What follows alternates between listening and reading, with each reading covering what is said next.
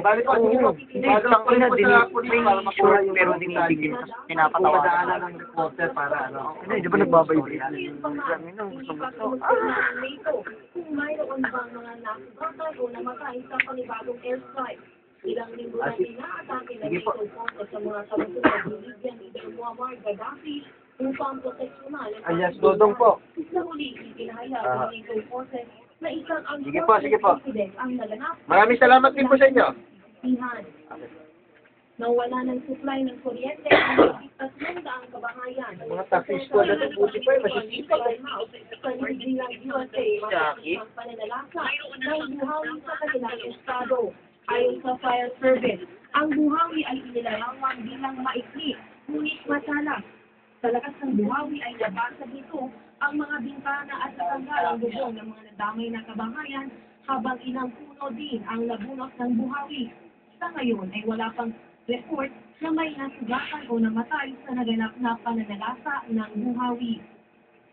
Nakipag-usap na si Afghan President Hamid Karzai sa Taliban terrorist group upang sundutan na ang halos 10 taong giyera sa bansa.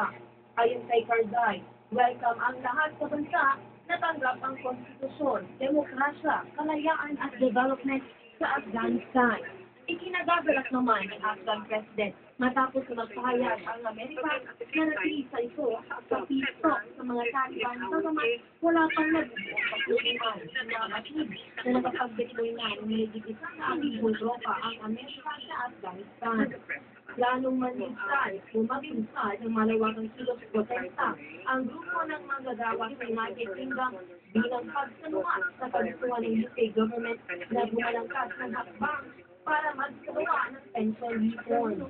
Ayon kay Dave Spencer, Secretary General ng Unison, ang pinakamalaking union sector sa Great Britain, mas malala pa ang kanilang idadaos na tigil trabaho kung para sa naganap na general strike noong 1926.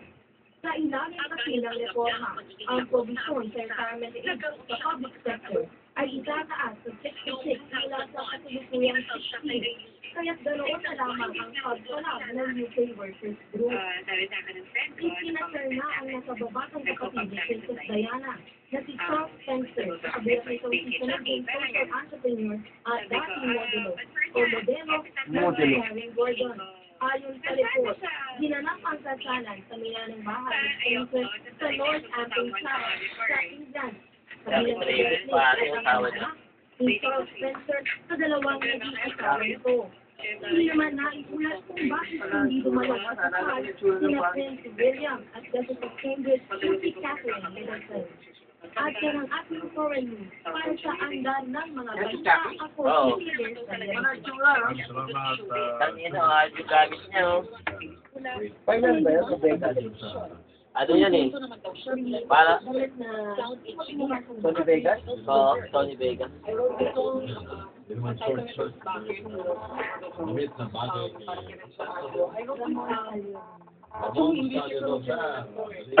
Happy Father's Day. Thank you, Sugar Chief Moore.